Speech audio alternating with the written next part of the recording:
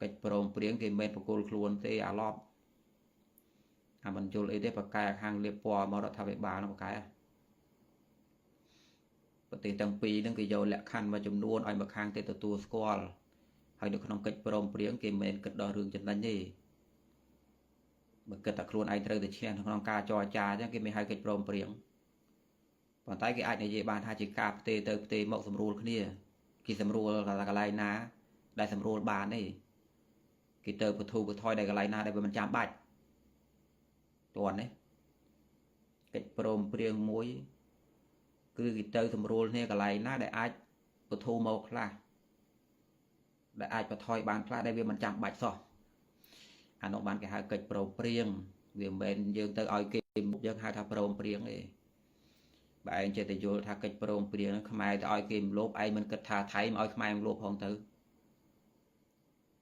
ថៃនោះថៃបានមកឲ្យខ្មែរមលោបឯងចេះគិតយ៉ាងខ្លះមកគិតឲ្យវាល្អអញ្ជាតិខ្លះមក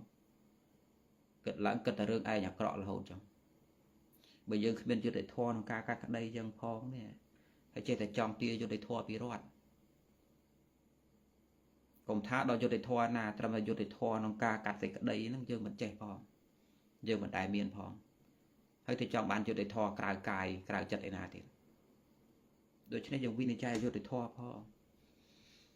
ថារដ្ឋមិនមែនទៅក្បត់ជាតិលក់ជាតិទេដូចមាននាងមួយនៅកូរ៉េវាដើរស្រែកហ្នឹងវាកូនយួនទេនាងនោះថាត្រូវណា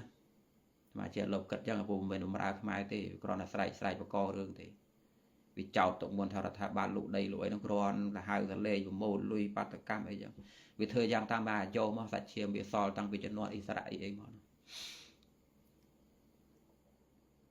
បាទពួកនោះវាមិនសូវមានឥទ្ធិពលអីទេវាខ្ចាត់ប្រត់ទៅហើយយើងមិនរវល់ទេតែនិយាយខ្មែរក្នុងស្រុកនេះកុំចេះតែលបគិតអញ្ចឹងហើយកុំឃើញថាវាអត់ប្រយោជន៍អញ្ចឹងបាននិយាយអាត្មាថារឿងខ្លះគេមិនប្រាថ្នាយើងយល់ទេព្រោះយល់ហើយមិនបានអីដូចរឿងមិញខ្ញុំយល់ថាអត់ប្រយោជន៍ហ្នឹងអូធរ10យ៉ាងដែលគេបានលើកឡើងថាឃើញបានអនុវត្តអីទេប៉ុន្តែការដែលថៃវាបំពេញនោះអានោះវាបានលទ្ធផលល្អមកខ្មែរថៃបំពេញអាស៊ានបំពេញថាត្រាំបំពេញបត់ជប់បាញ់មិនសូវមានទោសទេណាព្រោះបត់ជប់បាញ់វាអត់ទាន់ជាច្បាប់ទេវាជាការឈឺឆ្អាលរបស់សវមិត្តក្នុងអាស៊ានឬក៏មហាអំណាចប៉ុន្តែចូលដល់លំដាប់កិច្ចព្រមព្រៀងហើយបើបំពេញដូចបំពេញច្បាប់អន្តរជាតិមួយចឹងបើប្រទេសជាភាគីដឹងឮក្តីសាមីខ្លួនក្តីចង់ដាក់ទណ្ឌកម្មទៅលើប្រទេសដែលបំពេញក៏អាចដាក់បានដែរព្រោះហេតុអីព្រោះបំពេញច្បាប់អន្តរជាតិ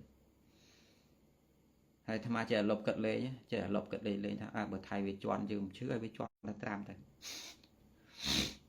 អាចទៅយើងទូជាងវាបើយើងឆ្លោះមួយវាទល់មុខចេះតែចាញ់វាអញ្ចឹងយើងពវល់វាទៅឆ្លោះម្នាក់ទៀតក្រោយខ្នងយើងរត់ទៅក្បែរម្នាក់ទៀតជួយមើលខ្ញុំផងហើយអូអាមួយហ្នឹងឲ្យទៅជុលមើលអានោះក៏មានប្រយោជន៍សម្រាប់យើងដែរក្នុងថ្ងៃអនាគតមានគេថាអត់ផលហើយមានរឿងច្រើនណាស់ល្វីថាគេមិនចង់ឲ្យយើងយល់ទេចាត់ទៅថាអាត្មាយល់ខុសចុះមិនចង់យល់ទៀតអាត្មាក៏មិនចង់យល់ដែរព្រោះវាជាវិធីដូច្នេះពូមិញបាច់យល់ទេថែរក្សាសុខភាពឲ្យល្អងើបពីដេកចាំតែសាធុល្អផុត